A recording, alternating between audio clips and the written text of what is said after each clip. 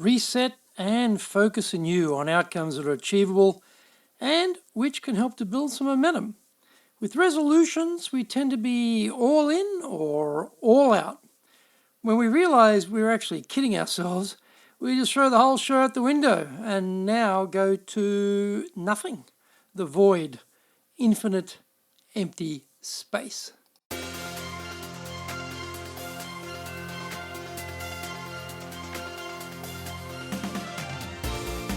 Konnichiwa, and welcome to the Leadership Japan series. I'm your host in Tokyo, Dr. Greg Story, president of Dale Carnegie Training Japan, and much more importantly, you are a student of leadership, highly motivated to be the best in your business field.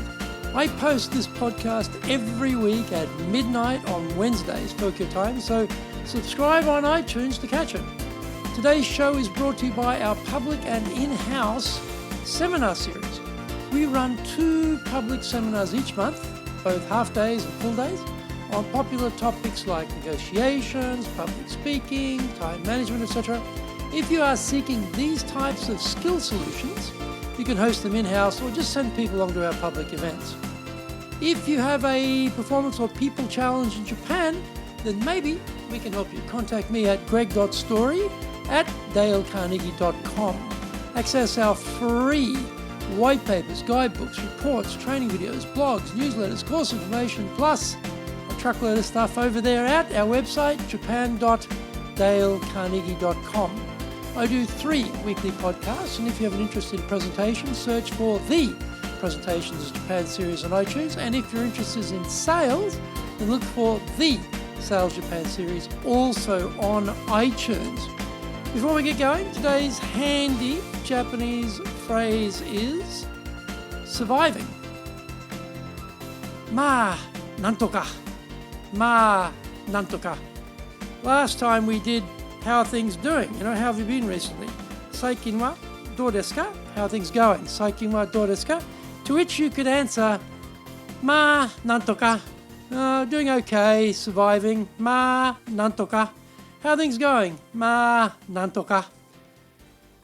This is episode number 186.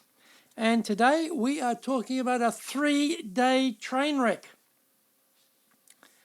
Japanese language has lots of insightful sayings, and mikka bozu, or only lasting as a priest for 3 days, is one of them.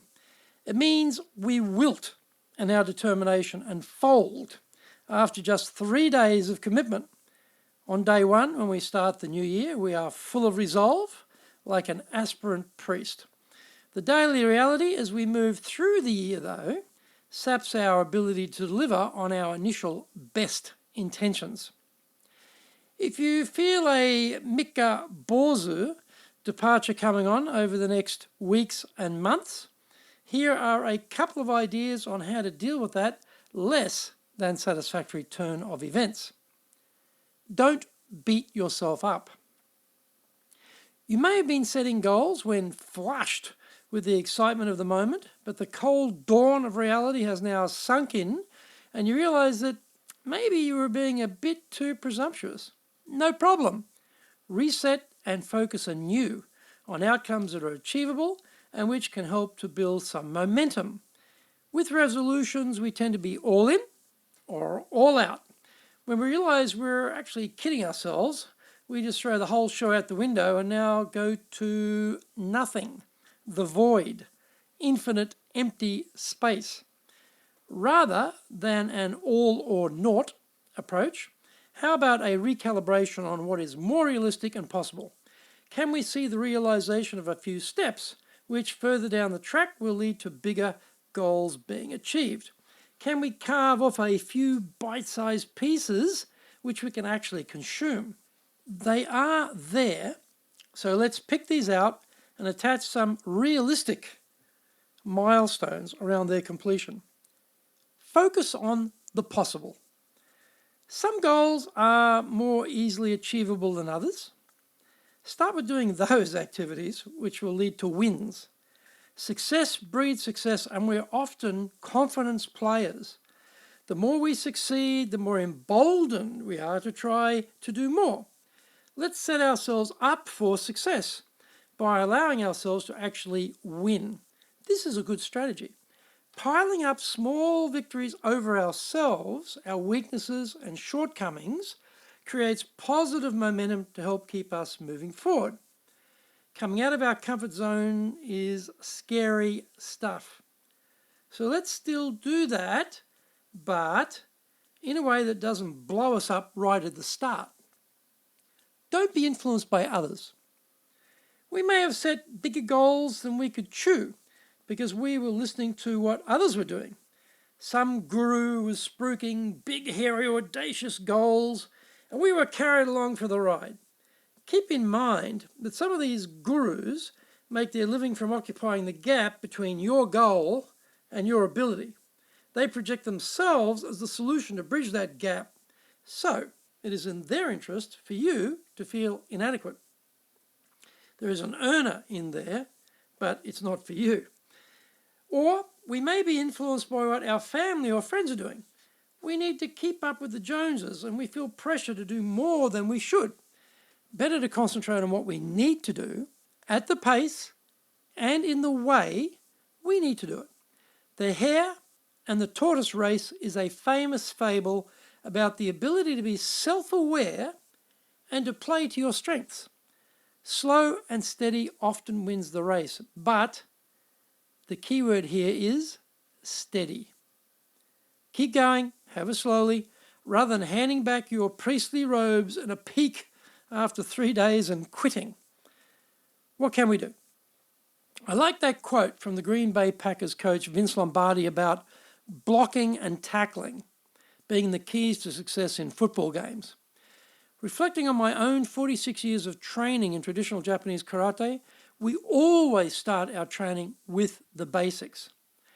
The basics are the key to business success, but we're often caught up in the glamour and complexity of the more elaborate solutions. If you watch enough TED Talks and guru videos, you may start to wonder what is wrong with you. Why aren't you achieving at these genius levels? Well, you can, but only if you start with mastering the basics. So here is how hard it is. Take 10 minutes. Sit down.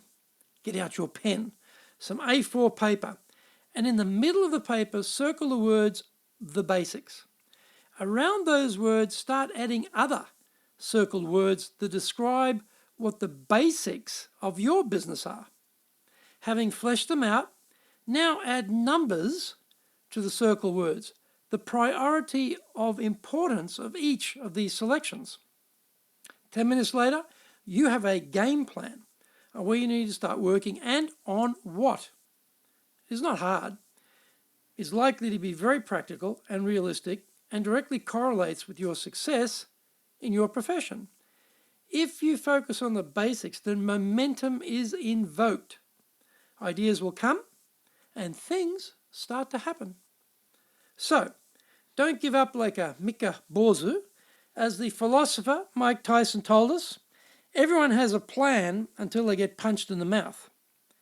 We might have gotten a smack in the mouth by day 3 or week 3 or month 3 of the new year, but we can regroup, recover, recalibrate, and re-establish our starting point. Another favorite quote is by baseball coach Yogi Berra, who said, "It ain't over till it's over." Baby, by day 3, week 3, or month 3, it ain't over. There is still time, a whole lot of time.